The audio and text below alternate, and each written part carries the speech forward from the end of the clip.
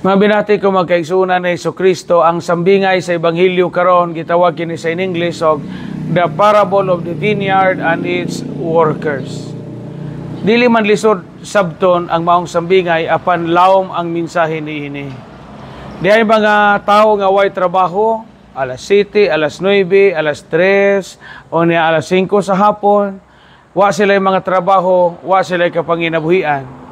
Nakitaan sila sa agalon dito sa merkado o giingnan sila nga wa man mo yung mga trabaho mo sa ahong parasan kay suhulan ta mo og daily minimum wage.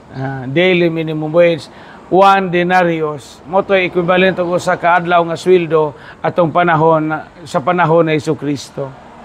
Apan ang nakabikil kay sa mga trabahante ang sayong gasugod o ang dugay gasugod pulos gisweldohan og tag sa kaadlaw nga daily minimum wage o sa kadenaryo. Nga ang uban alas 5 na manggasugod, ang uban alas 7 pas buntag. Complain sila, padayag sila sa Ginoo sa ilang iyango-ngo. Kung sa may mapamalandungan nato nga pamalandong sa Ebanghelyo karon, mga igsuon. Usahay, ang atong gihuna-huna, magsigira tag huna-huna nga alkansi mi. Alkansi ko, lugi ko sa kinabuhi, o niya wako ginansya sa pagpaningkamot, o niya ang Ginoo dunay gipaboran, ang Ginoo dunay mga pinili, o dunay giswerte, o niya kami wa. Mao man na usahay ato panghuna-huna sa kinabuhi. Kay wako'y anak nga naka-abroad, alkansi ko, Father, mas piskay sila, kana sila abroad, gipanalanginan sila sa Ginoo. Kay maayo sila pagkabutan, kami dili kayo, wa may panalangin. Nakalimot kita, nga kita daing tanan nagrasyahan. Kay kita daing tanan, gibuhi sa Ginoo.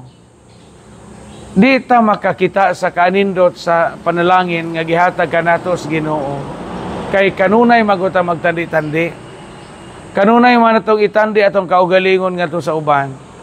Kanunay man ito himuon atong kaugalingon nga mo'y center o point of attraction or mo'y point of reference.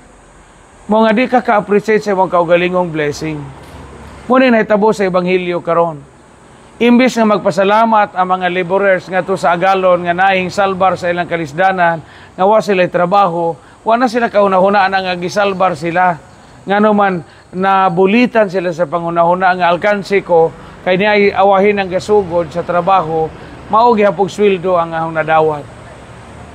Kinahanglan mga igsuon nga likaya nato ang pagsigig tandi-tandi o pagsigig hunahuna sa kahimtang sa ubang mga tao o sa ilang blessings nga kay maunay magkaingon nga di ta ka-appreciate sa tong kaugalingong blessings.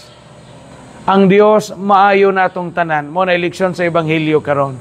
Ang Ginoo maayo natong tanan. O kitang tanan iyang gipanalanginan sa nagalaylaing paagi, ang nakapan kay di po ta mapasalamaton.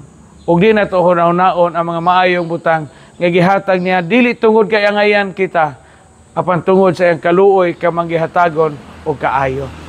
Hinaot nga magkauna-una kita niini. Amen.